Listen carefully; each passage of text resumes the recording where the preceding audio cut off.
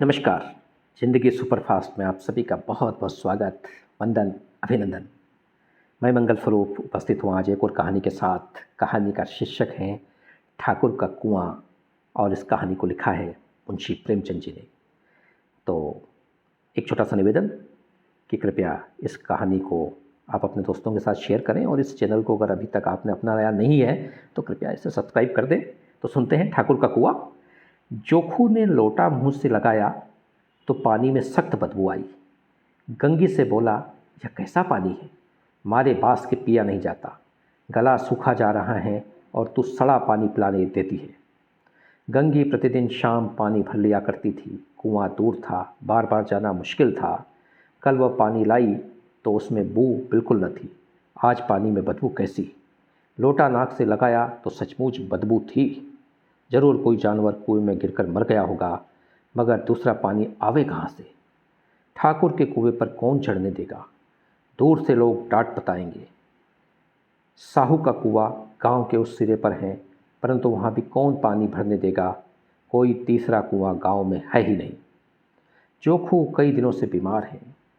कुछ देर तक तो प्यास रोके चुप पड़ा रहा, फिर बोला, अब तो मारे प्यास के रहा नहीं जाता, ला थोड़ा पानी नाक बंद करके पी लो। गंगी ने पानी न दिया। खराब पानी से बीमारी बढ़ जाएगी इतना जानती थी, परंतु यह न जानती थी कि पानी को उबाल देने से उसकी खराबी जाती रहती है। बोली, यह पानी कैसे पियोगे, न जाने कौन जानवर मरा, कुएं से मैं दूसरा पानी लाए देती हूँ। जोखू ने आश्चर्य से उसकी ओर देखा। पानी कहाँ से लाएगी। ठाकुर और साहू के दो कुएं तो हैं, क्या एक लोटा पानी न भरने देंगे। हाथ पांव तुड़वा आएगी और कुछ न होगा। बैठ चुपके से, ब्रह्म देवता आशीर्वाद देंगे। ठाकुर लाठी मारेंगे, साहू जी एक के 5 लेंगे। गरीबों का दर्द कौन समझता है। हम तो मर भी जाते हैं तो कोई द्वार पर झांकने नहीं आता, कंधा देना तो बड़ी बात है। ऐसे लोग कुएं से पानी भरने देंगे। इन शब्दों में कड़वा सत्य था। गंगी क्या जवाब देती, किंतु उसने वह बदबूदार पानी पीने को न दिया। रात के 9 बजे थे। थके मांदे मजदूर तो सो चुके थे। ठाकुर के दरवाजे पर 10-5 बेफिक्रे जमा थे। मैदानी बहादुरी का तो अब न ज़माना रहा न मौका। कानूनी बहादुरी की बातें हो रही थी। कितनी होशियारी से ठाकुर ने थानेदार को एक खास मुकदमे में रिश्वत दी और साफ निकल गए। कितनी अक्लमंदी से एक मार्के के मुकदमे की नकल ले आए। नाजिर और मुहतमिम सभी कहते थे नकल नहीं मिल सकती। कोई 50 मांगता, कोई 100। यहाँ बे पैसे कौड़ी नकल उड़ा दी। काम करने का ढंग चाहिए। इसी समय गंगी कुएं से पानी लेने पहुंची। कुप्पी की धुंधली रोशनी कुएं पर आ रही थी। गंगी जगत की आड़ में बैठी मौके का इंतज़ार करने लगी। इस कुएं का पानी सारा गांव पीता है, किसी के लिए रोका नहीं है, सिर्फ ये बदनसीब नहीं भर सकते। गंगा का विद्रोही दिल रिवाजी पाबंदियों और मजबूरियों पर चोटें करने लगा। हम क्यों नीच हैं और ये लोग क्यों ऊंच हैं। इसलिए कि ये लोग गले में तागा डाल लेते हैं। यहाँ तो जितने हैं एक से एक छठे हैं। चोरी ये करे, जाल फरेब ये करे, झूठे मुकदमे ये करे। अभी इसी ठाकुर ने तो उस दिन बेचारे गडरिये की भेड़ चुरा ली और बाद में मारकर खा गया। इन्हीं पंडित के घर में तो 12 माह जुआ होता है। यही साहू तो घी में तेल मिलाकर बेचते हैं। काम करा लेते हैं, मजदूरी देते नानी मरती है। किस किस बात में ये हमसे ऊंचे हैं। हम गली गली चिल्लाते नहीं कि हम ऊंचे हैं, हम ऊंचे हैं। कभी गांव में आ जाती हूँ तो रस भरी आँख से देखने लगते हैं, जैसे सबकी छाती पर सांप लौटने लगता है, परंतु घमंड यह कि हम ऊंचे हैं। कुएं पर किसी के आने की आहट हुई। गंगा की छाती धक धक करने लगी। कहीं देख लें तो गजब हो जाएगा, एक लात भी तो नीचे न पड़े। उसने घड़ा और रस्सी उठा ली और झुककर चलती हुई एक वृक्ष के अंधेरे साए में जा खड़ी हुई।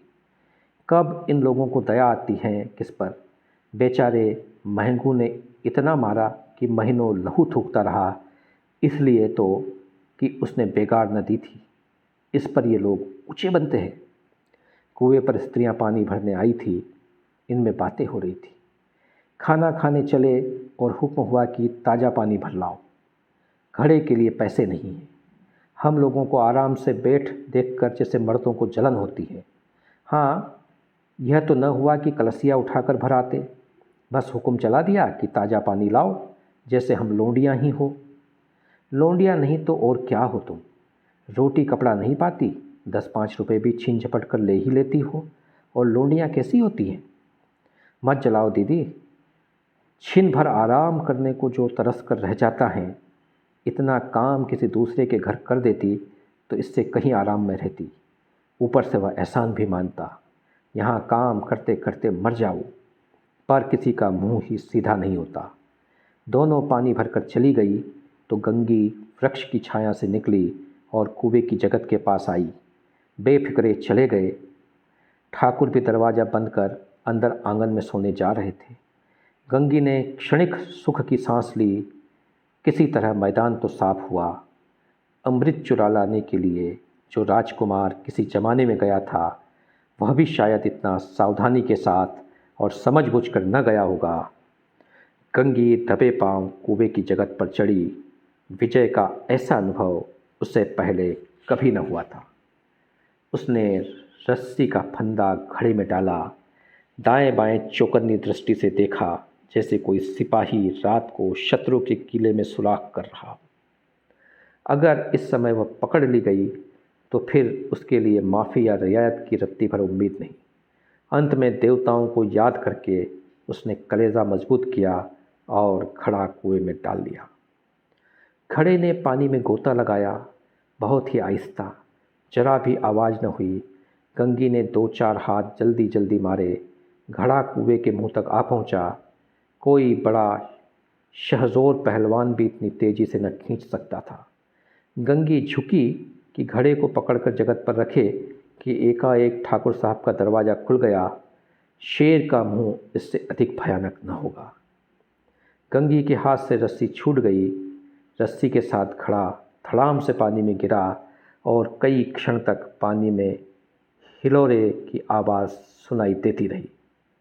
ठाकुर कौन है, कौन है, पुकारते हुए कुएं की तरफ आ रहे थे और गंगी जगत से कूदकर भागी जा रही थी। घर पहुंचकर देखा कि जोखू लोटा मुंह से लगाए वही मैला गंदा पानी पी रहा है। तो हमने इस कहानी को सुना। यह हमारे सामाजिक जीवन का एक कड़वा सच, जो किसी न किसी परिप्रेक्ष्य में आज भी है। जाति के नहीं तो वर्ण व्यवस्था के नहीं तो हमारी जो आर्थिक स्थितियां हैं उसके रूप में, या बाकी जो हमारी हैसियतें तय होती हैं, हमारे स्टेटस तय होते हैं, उस रूप में तो ठाकुर के कुएं आज भी आबाद हैं। और इसी समाज में आज भी गंगी और जोखू जैसे चरित्र मिल जाएंगे और संभव है कि वो किसी न किसी दिन इन चरित्रों को हमने भी जिया है। तो आप इस कहानी को सुनने के दौरान लगभग 9 मिनट हम सफ़र रहें। तो आप सभी का बहुत बहुत धन्यवाद। प्रणाम।